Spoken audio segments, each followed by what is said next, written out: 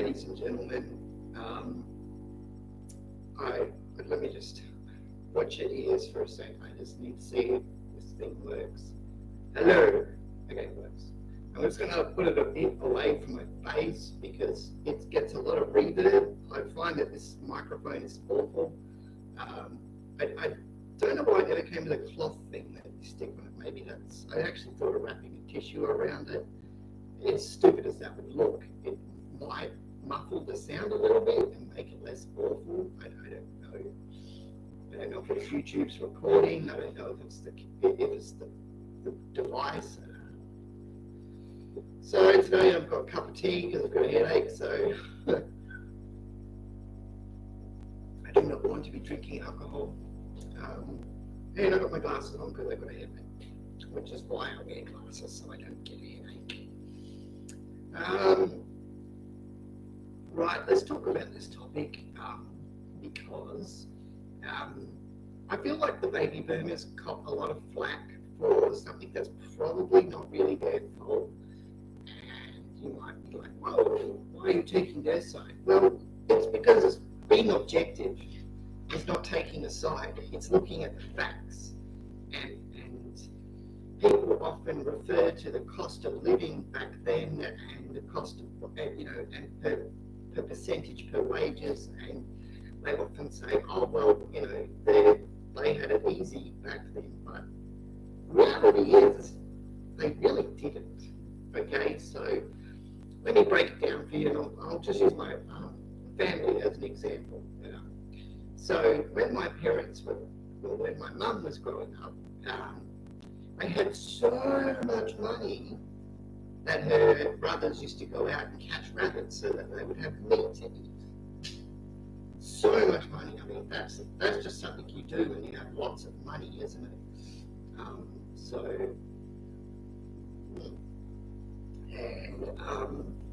When we were growing up, we had no money. So, we couldn't even go to McDonald's. So that's how little money we had. So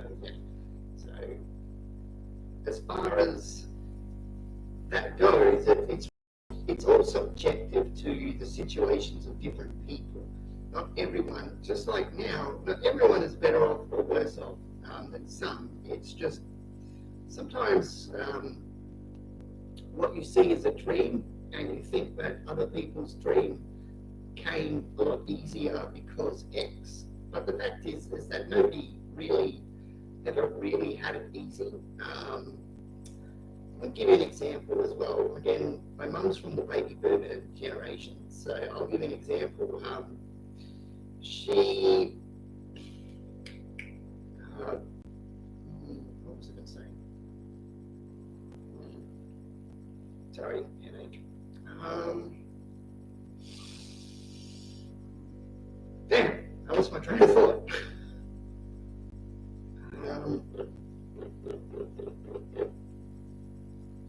I can't think of it.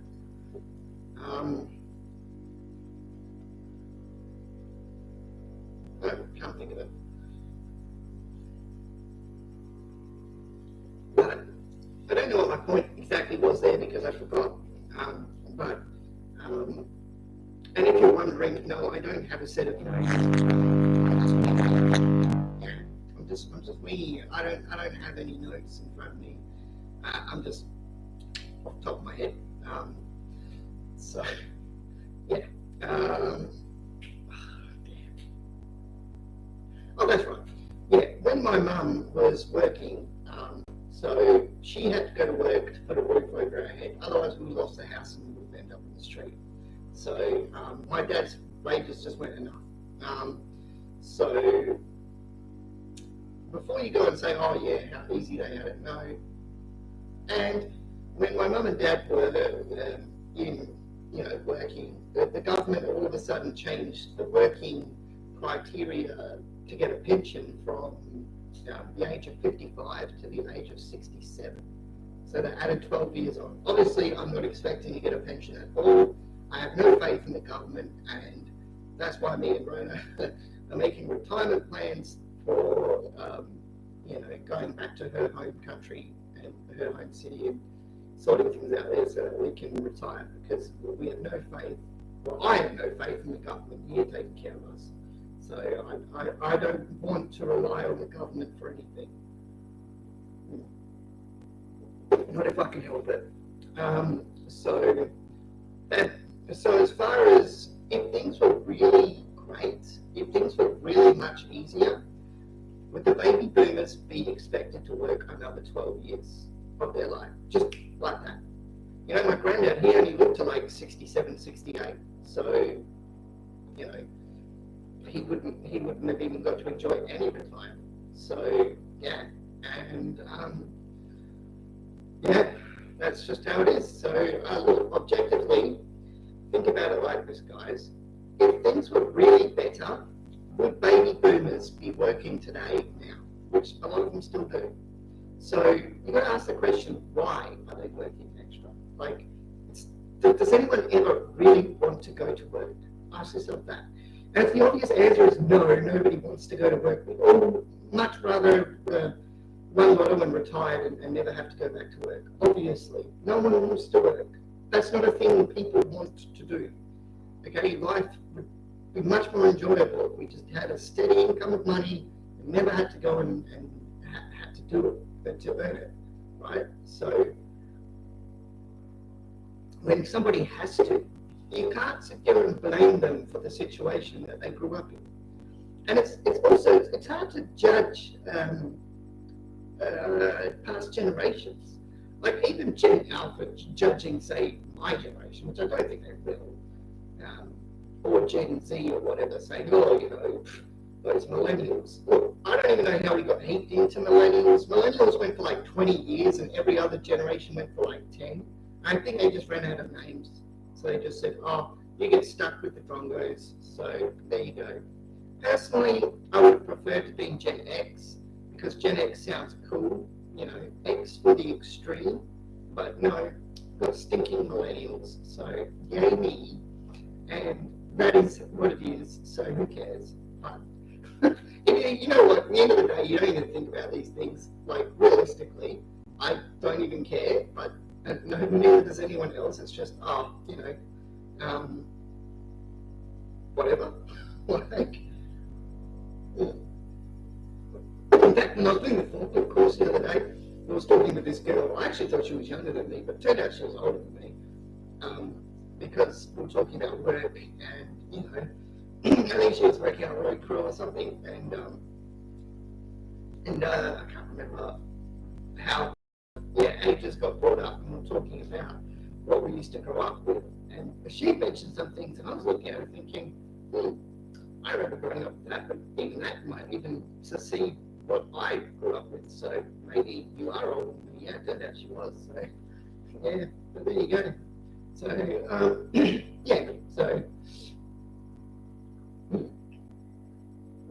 but I mean, as far as it all goes, like, I'll tell you the secret to life that most people don't want to accept, but it is the absolute truth when it comes to success for anybody out there. And it doesn't matter what generation you come from or what your background is. Work, just hard work, that's it. Right? There's no secret. That's it. You just got to put the time in, be sensible with your money and save and work. That's it. Doesn't matter what job you do. Preferably you upskill so that you can get better paying jobs, of course. Like, who wouldn't do that? But don't get stuck in a rut and think that you have to do a particular job for so many years and so many things. I mean, work is work.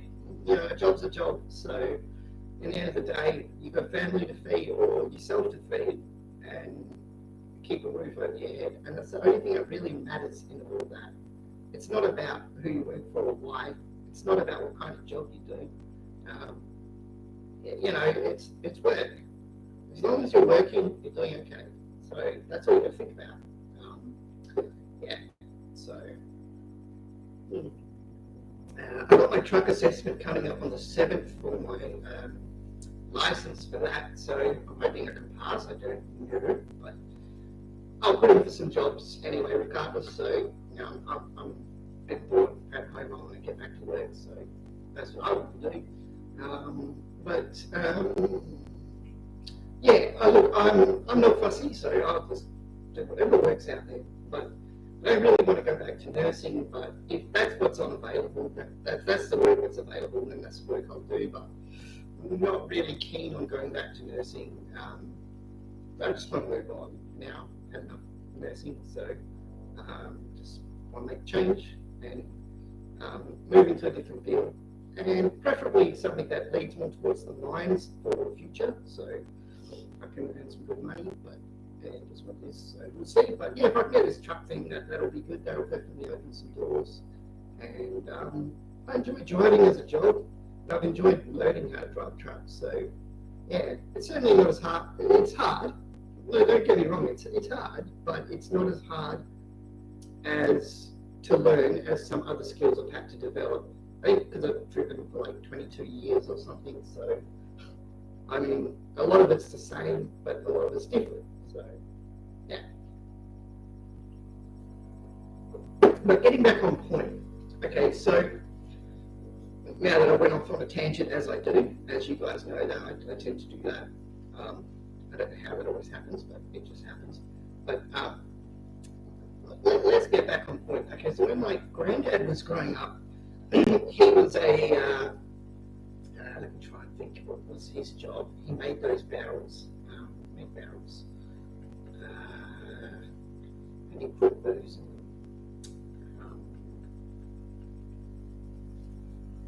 They had like a metal rim on the top and a metal rim on the bottom. He had a small one.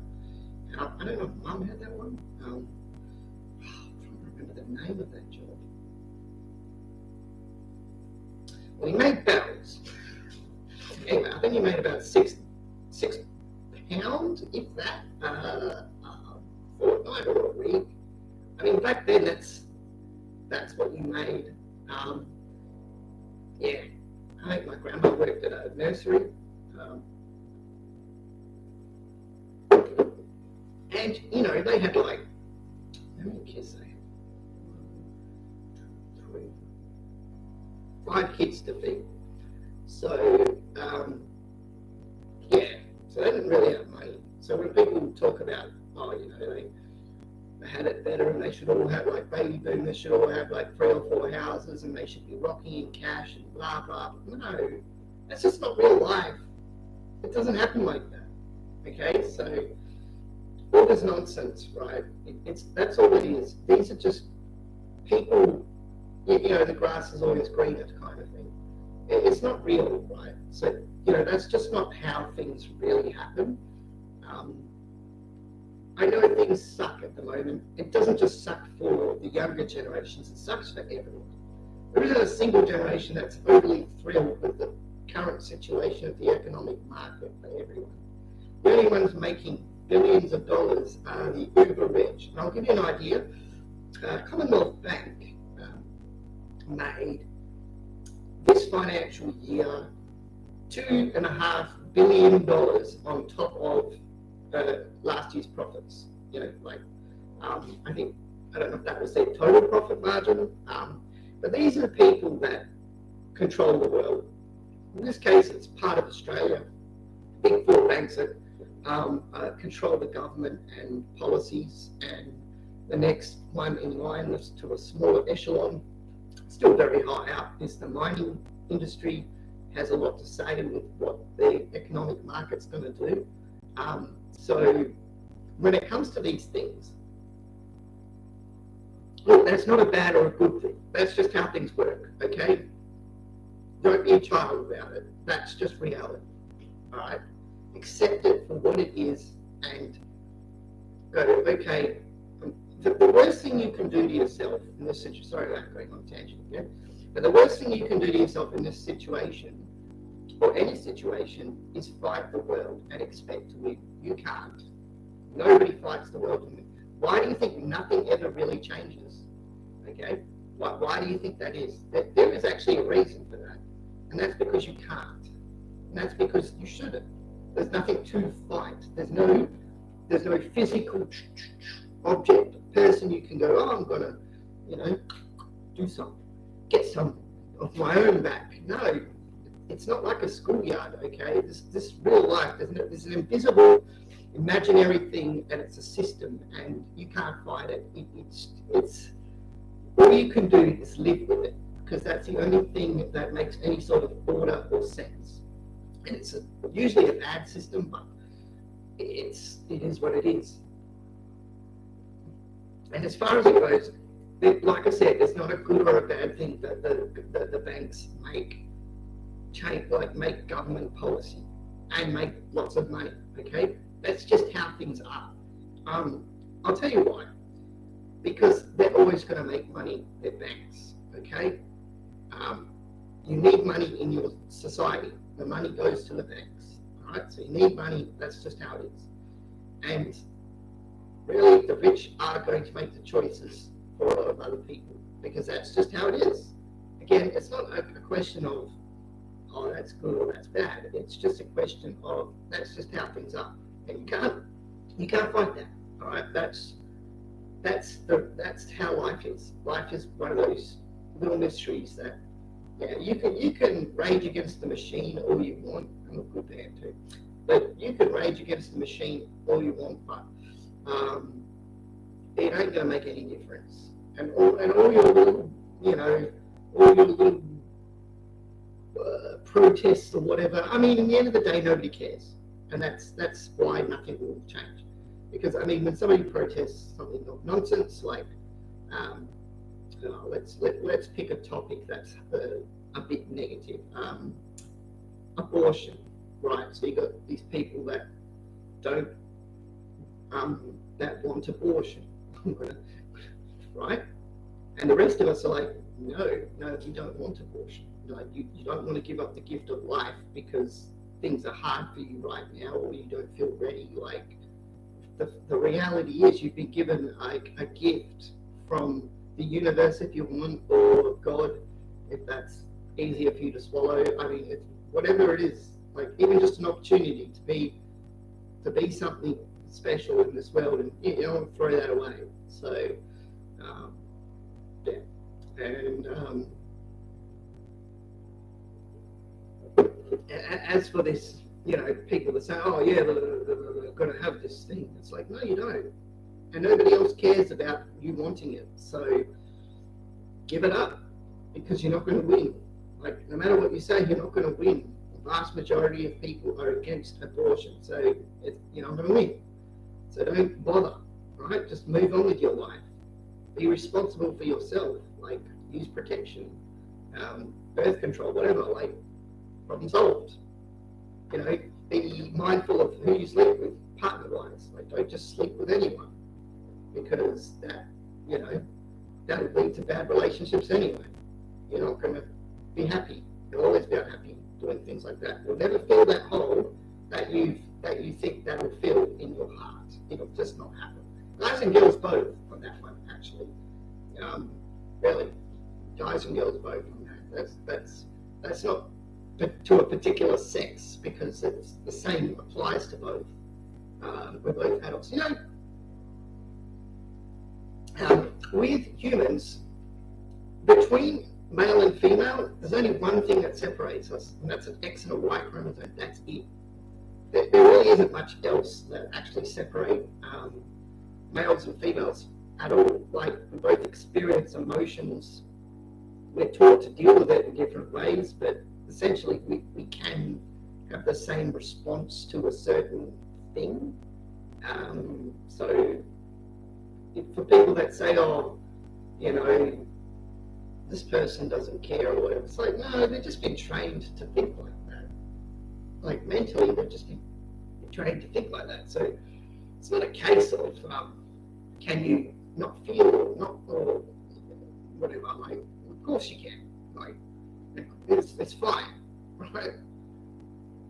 So it's yeah. And I mean, I think people often try and use science to speak for people of same-sex people. But reality is you're just born that way. Like, those people aren't any different than what they grew up being. So being angry at them or, having a prejudice against people like that is silly, like, really, because they're still the same person they've always been.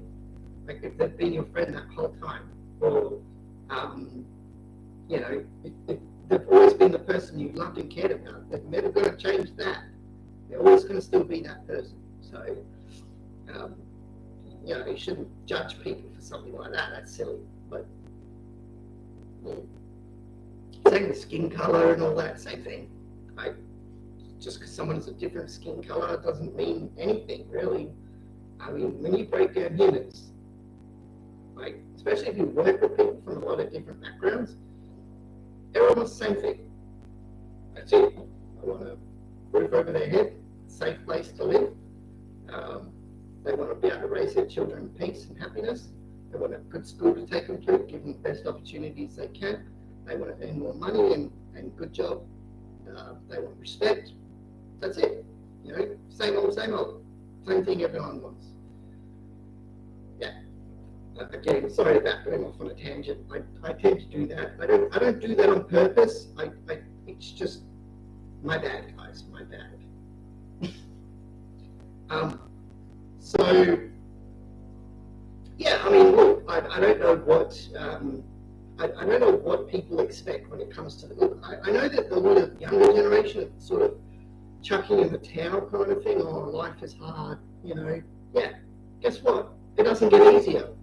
And you know what I thought when I was growing up? I thought, you'd go through life and you'd experience life and you'd start getting more money, you'd start getting some things sorted out in your life that would get easier. It doesn't. It doesn't get easier. Afraid to say it doesn't get easier. It just sucks when it comes to having put in the work. Yeah, nothing comes for free. Nothing's easy. You just got to work for it. That's it. There's no other secret. That's the only thing you need to know with all of that. There's no secret. It is what it is. So, yeah. If you are feeling like you've got no chance of getting a house, just remember you can always save up money and move to another country as well.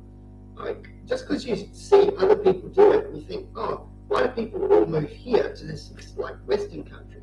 Well, they want to make a better life, but I guarantee you, not a lot of them want to retire in that country. And also, there's no reason why you can't apply your skills to another country. And the only thing you got to think about is the language and the culture. And you got to learn these things. Okay, again, you can't fight the world, and you can't put your values on them. You have to accept that is their country. So if you want to be a part of that, you've got to assimilate and be accepting of their way of life and try and adapt to their way of life. Because if you don't, you're going to be an outcast and you're going to hate it. So if you want to, I'm saying this because for the vast majority of a lot of young people, the better opportunity out there will be moving to a country where it's not as developed, but you can bring something that will help develop that. And whether that be skills, a job of some kind, money to invest, I don't know. You have to think about that for yourself. The thing is, you don't have to invent anything new. You can always just do what. I mean, personally, I think if you apply some Western ideas to some of these countries, you'll probably find that they'll be very taken by it and think, oh, these aren't terrible ideas. Like, for example, someone suggested to me they were running a company in Indonesia doing skylights. So those plexiglass roof things that you put a little hole in your roof and you put this plexiglass thing there. And the why is because they were all using so much electricity. And this was even in the daytime because they didn't really have windows, or much windows. And there's a way to get light in the house without costing electricity. So, these aren't terrible ideas. They're going to things is I want to bring water to Cebu. Like, they got water, but I want to bring clean water to everyone. And I mean, you're welcome to my idea, because I mean, if you can beat me to the punch, well done. You know, I have nothing against you for that. Like, if you can do it before me, all power to you, right? There's plenty of other ways to make money. I'm not worried about. I just want to achieve a goal, right? It's not about money. It's about achieving a goal. And so one of those ideas was water tanks, because not a lot of people are going to be able to, you know, hook up their system to the new water, and it's going to take years and years to get the government involved and the churches and your companies and whatnot to get it all sorted, because it's going to take volunteers, it's going to clean up the waterways, it's going to take and to put the message out there. That's where the churches also, you're going to want to also give away free water at the churches, so people can go to the churches and collect water, you know, things like that. And also going to need permission from the government, and you know, maybe even funding from the government to get these things to happen. There's a lot involved. Okay, so it's not like a small, tiny thing. It's going to take a lot, but because you're going to need like contractors to be making like water pipes, like those concrete water pipes, and lots of them. Or if not concrete, some sort of like, I'm not sure if they use plastic. I don't think so. I mean, plastic would be the ideal thing for transporting a lot of water, because it'd be light and cheap.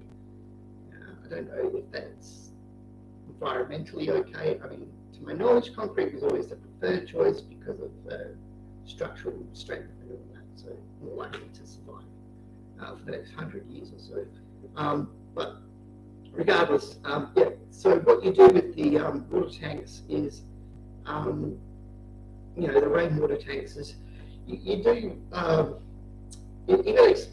accept that people are going to make much money, so they can't afford to just buy a water tank. So you're going to have to do loans for people and say, look, let's say you make, I'm trying to think what would the average wage over there be. I have to get the old calculator out. Let me do some calculation. Let's see. Where's the old calculator? So let's say this is 500 times. So I think, according to this calculation, we're going to say that the average person over there makes about 3,000 peso, maybe, we'll say maybe a bit under even, like between 2,500 3,000 peso a week. I think that's fair. Might even be a bit more, might be a bit less. Not 100% on that. But you might say to them, okay, so you're making 3,000 peso a week, and you need X for food and X for your bills. Okay, that's fine. So that leaves you with, say, 120 peso per week. You can pay the company and do that as your loan, like, you know, to pay for this thing until it's paid off. So your country. So eventually, what will happen is your company will be getting all these different loans, making a lot of different, like a steady income of people putting in money until they pay off their loans on these tanks, but they'll also get clean water. So, and if you're wondering why you would do it this way, it's because you got to look at it like what was happening with Italy when Italy after World War II. Now, people needed transport, couldn't afford it, nobody had any money. Italy was in the toilet, right? So what did they do?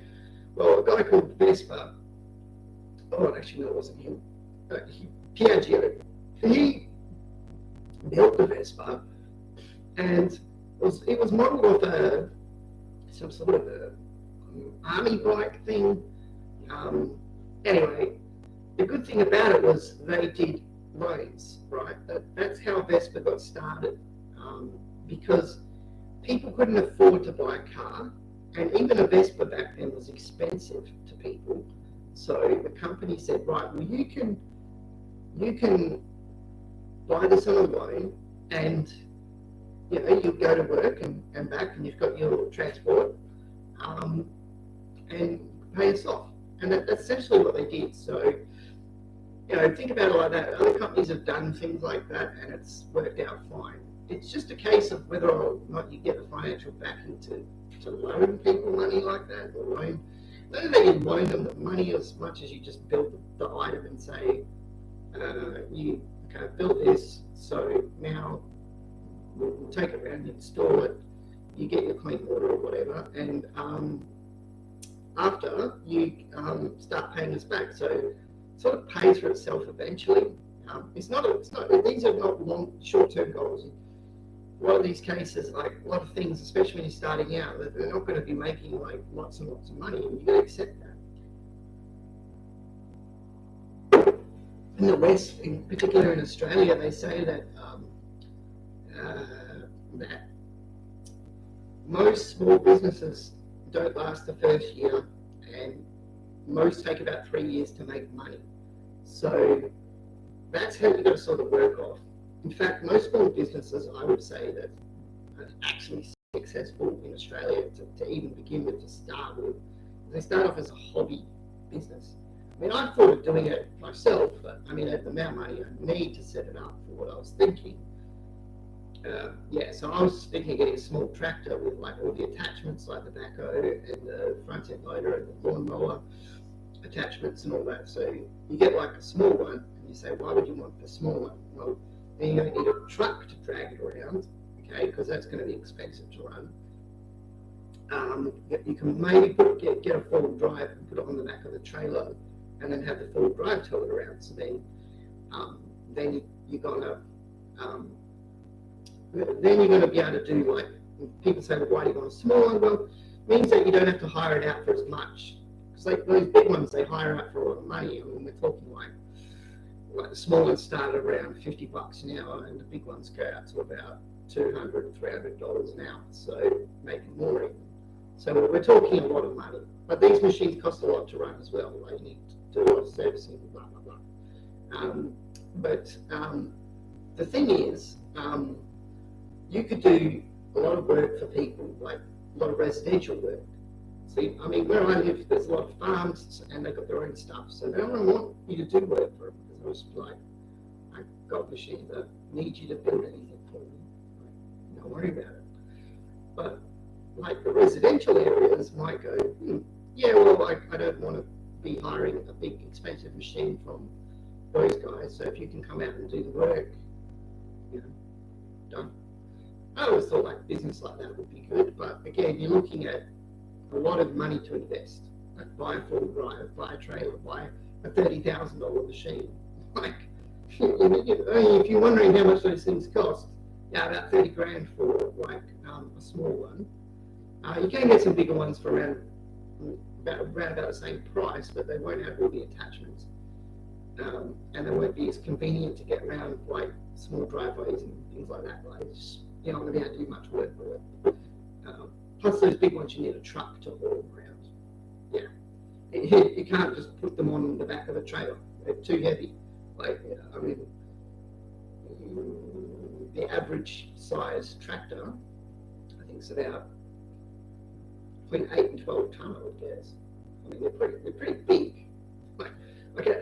For example, like, you don't think about how heavy a small forklift is, but I mean, probably for a small one, like we'll talk like 500 kilo to 1 ton boom lift, or mass lift, whatever you want to call it.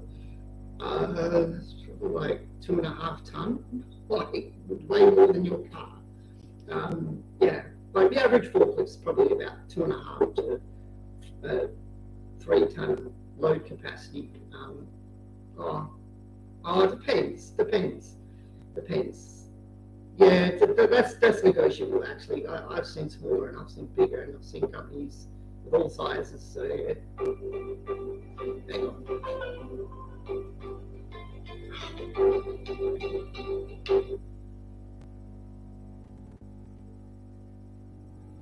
Hello.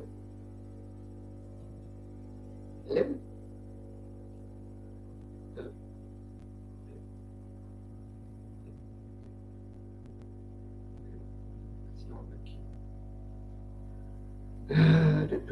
Send a message.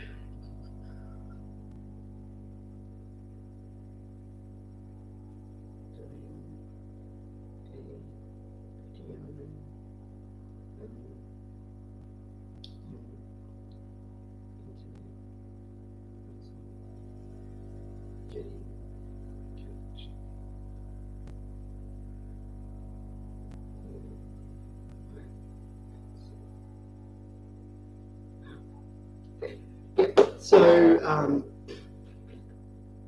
what we talking about? Something about machines or something. Oh yeah, forklifts. Yeah, so um,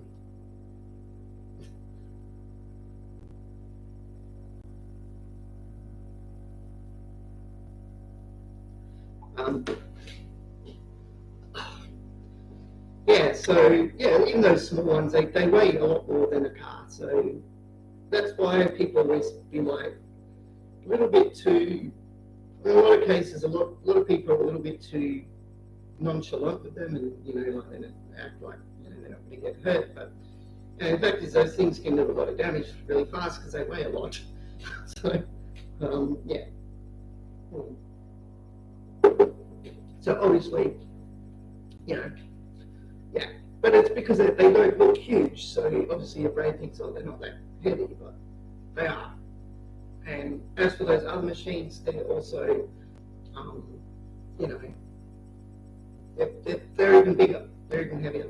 So yeah. Again, off on a tangent, not even on topic. How bad am I on that? So bad.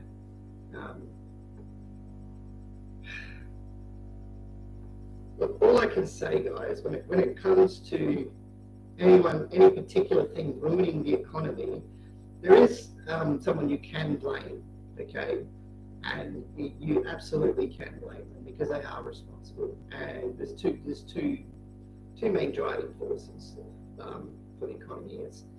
It's the 1% Bilderberg group. I think they also refer to themselves as Bohemian Grove, and all those companies that sort of, and all those people that are sort of like trying to lick their boot. The reason why you can blame them is because the vast majority of the wealth in the world is actually held by the 1%. We only get the trickle down money. Okay, so what you actually see in the actual economy is only a tiny fraction of what's actually out there. You see, people can't really run out of money since we created, right? So you can't not have money. It doesn't not exist. What you can do is to control the value of money, you control how much money goes out there and how much money is in the economy, which is done by the government, right? But what happens is these people will have vast amounts of money, like billions upon billions of dollars sitting in their account doing nothing, right? Because at some point they go, I want to have more money than, well, let's say Warren Buffett. I want to have more money than Bill Gates, right?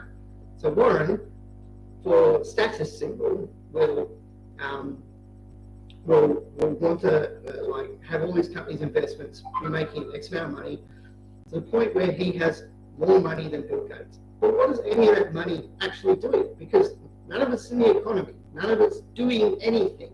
It's just an arbitrary thing that's sitting there doing absolutely nothing. It's of no benefit to Warren or anybody else, right? Because it's not doing anything.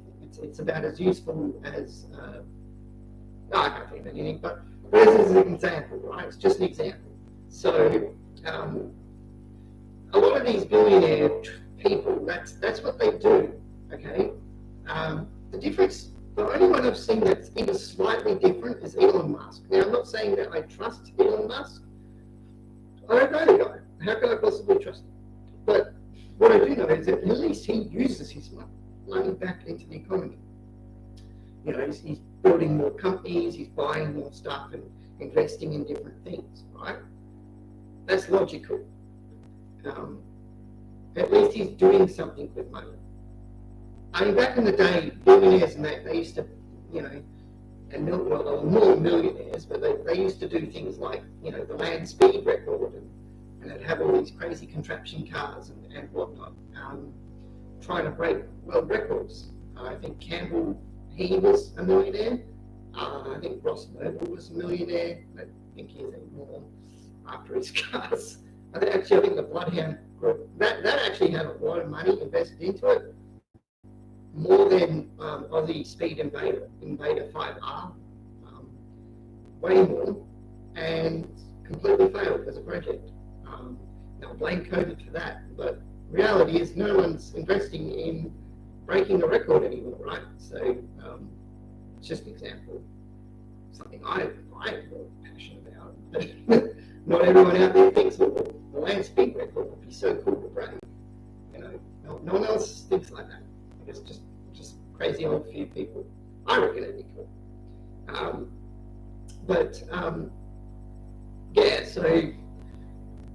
Yeah, so it's hard for those ideas to actually get off the ground because, like, like the Aussie one, that car's built, right? And the Bloodhound car is built. They can't get funding to take it to like a desert. I'd prefer them to go to Bonneville, but I don't know. That's just my preference. I would have preferred that. They don't get the funding for the fuel that's needed and the team, but you need to pay people to go out with the car and work on it. So, yeah. And also in Australia, we got this stupid system called tall poppy syndrome here, where at the moment that anyone else does any sort of success, that's not allowed. And we got to hate on that for some reason. I don't know why. Apparently that's bad. Apparently anyone else having any kind of success of any kind is bad here, because we've all got a big bunch of mystery guts here. Yeah, so this tall poppy syndrome, we always knock them down. I can even prove it. Same as the Aussie Invader one. When Roscoe McClashen was doing his, I think he was using Aussie Invader 2. Yes, I believe so. I think it was 2. To break he was trying to break the world record, but he ended up breaking the Australian record, but not the world record. But if you listen to the reporter's like, oh, he was talking about like everyone else on the project and not Roscoe putting in the time to design the car, to go around and I think he talked to Ross Noble even about his design and made his own design, having to go to the army to get the jet engines that he needed, having to get, organize everything, doing literally everything, right? And get the people he needs help to get it done, which he did. And the reporter was just like poo-pooing him the whole time. And you just sit there like, aren't you a sad sack of poop? Like, can't you just be happy that there's someone out there trying to do something amazing? Like, why are you being such a loser about it? Like, I don't understand. Like, but that's Australia for you.